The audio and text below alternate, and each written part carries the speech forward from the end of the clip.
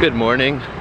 Today I fly out of Chiang Mai, and after a quick layover in Bangkok, I fly out of Thailand for a few days, heading to Siem Reap, Cambodia.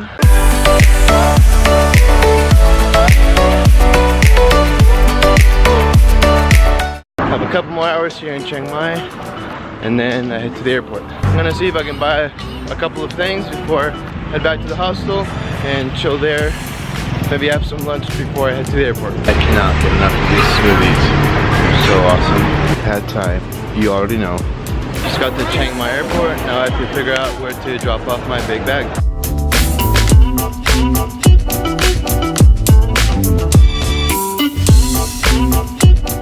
Okay, I'm in the wrong terminal. I went to the domestic one. Well, that's where the Uber driver is dropping me off. And I have to go to the international one, even though I have a layover in Bangkok. So a little confusing, but I'm on my way there now. I think I'm here now. I have to wait in this line, but I have enough time. It shouldn't be a problem.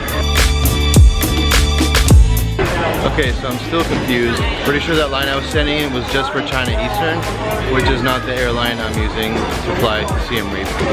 So I gotta look for the right line. That was the right line, and good timing because look how it filled up. Yeah, it was good timing. Now I gotta go through security and wait for my flight.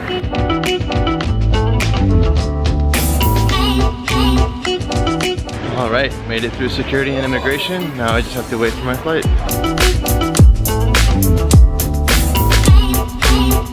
Either I arrived early or everyone else is arriving late. It is 4:05 p.m. The flight is supposed to leave at 4:25.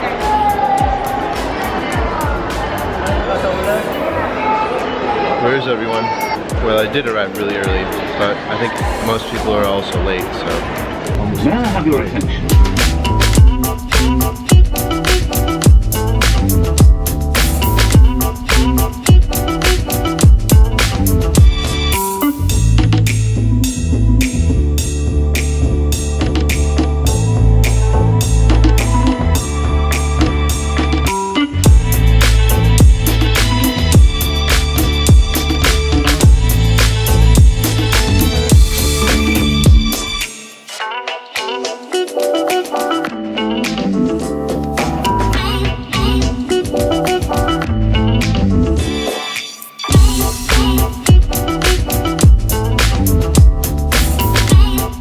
Back in Bangkok for a quick layover.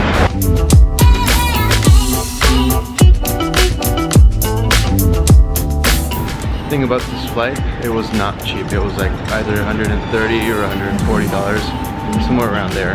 But that's one thing that you have to deal with sometimes when you take shorter trips. For me, I mean, 5 weeks is relatively shorter compared to almost a year in South America.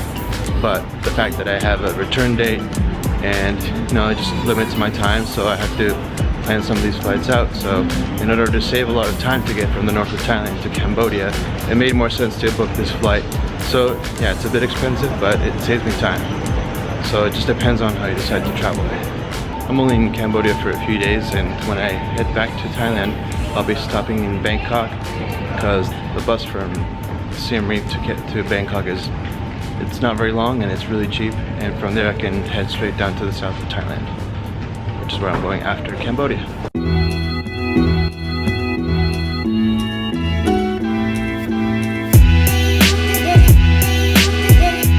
By the way, this is not the main airport in Bangkok, the main international airport where I landed into over a week ago. This is like, I guess they still do international flights because I'm flying to Cambodia from here, but it's a smaller one.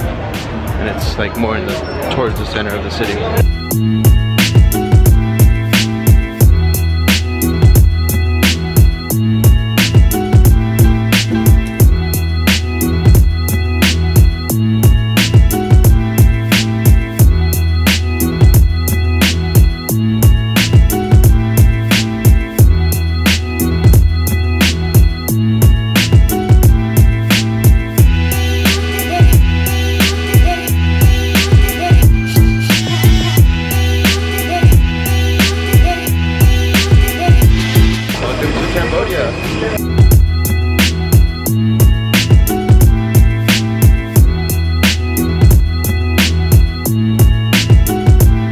to get some cash first.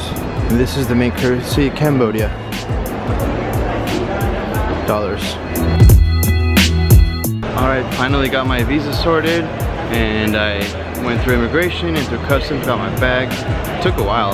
The visa on arrival, it was $30, and I didn't have a passport photo, which you don't necessarily need if you have your passport because they can scan it, so an extra $2. So I paid $32, and yeah, it took a while to get through everything, but finally outside, and now I just need to get a tuk-tuk to my hostel. Alright, so I paid for a remork to go to my hostel, and it's $9 US, so it's not so bad coming from the airport.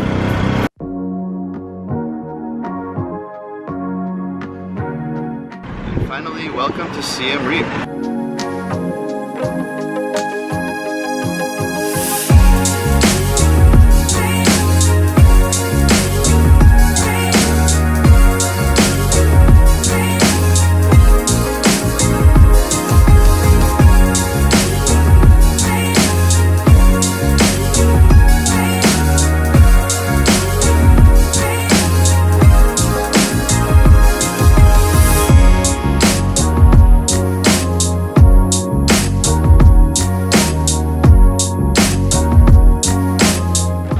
Hostel. Alright, just got to my room, and guess what? I have my own room. Only $7, which is the same as I paid in Bangkok for an 8-person dorm. So I think the dorms here were $3. I don't know how many beds, but really cheap. So I went for my own room because it's nice to have your own space after a lot of traveling. To me, it feels like I've been traveling for a long time because I was in South America for, you know, almost a year. It's really cool, and it'll be nice to have my own space so I can do some work right here. Got a desk and a chair, so I can do some editing and just have my own place to relax and hang out in the common areas when I want to socialize. So right now, I'm pretty tired, but I'm also hungry, so I'm gonna see if the hostel has any food. So yeah, excited to be here. Alright, so I'm getting a Cambodian dish here at the hostel with a beer. Here it is, chicken amok. And I got my beer, all for $2. Seriously, it looks good. And for that price, damn, that's good. Alright, so I'm back in my dorm, just bought a water.